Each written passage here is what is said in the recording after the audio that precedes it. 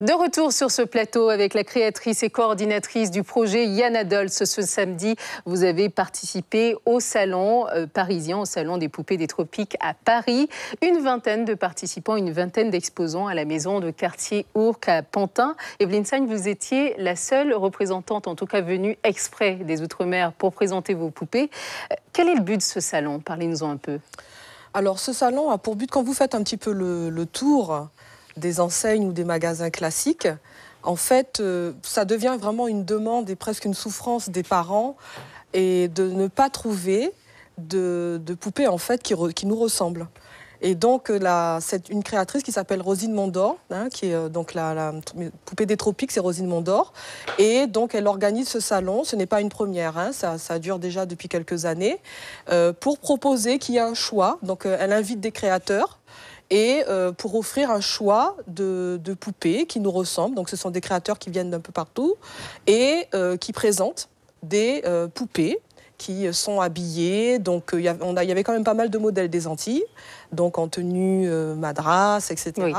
Et donc, voilà, c'est l'occasion aussi, c'était très convivial entre les créateurs, de se rencontrer, d'échanger. Donc, c'était vraiment un moment. Et malgré la pluie, le public est quand même il y a eu du monde qui s'est déplacé. Oui, tout à fait.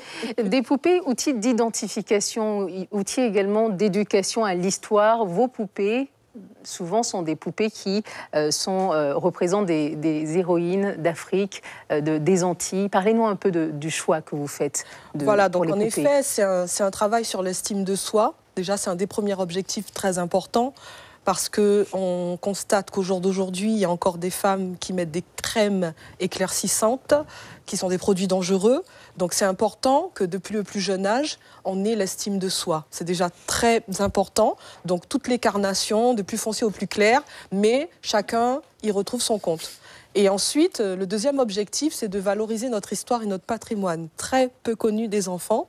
Et en fait, on se rend compte, en étudiant un petit peu cette histoire et ce patrimoine, de Guyane, d'Amérique, tous les Amérindiens d'Amérique et d'Afrique, de nos ancêtres qui viennent d'Afrique, on se rend compte qu'on a un patrimoine mais extraordinaire, vraiment fabuleux, et qui, avec des personnages héroïques qui ont fait des choses. C'est extraordinaire, entre les Candace de Nubie, donc la reine Zinga, on a, pour parler de l'Afrique, et puis en Amérique, on a Anacaona, qui était une héroïne amérindienne donc qui a résisté à une certaine époque très lointaine.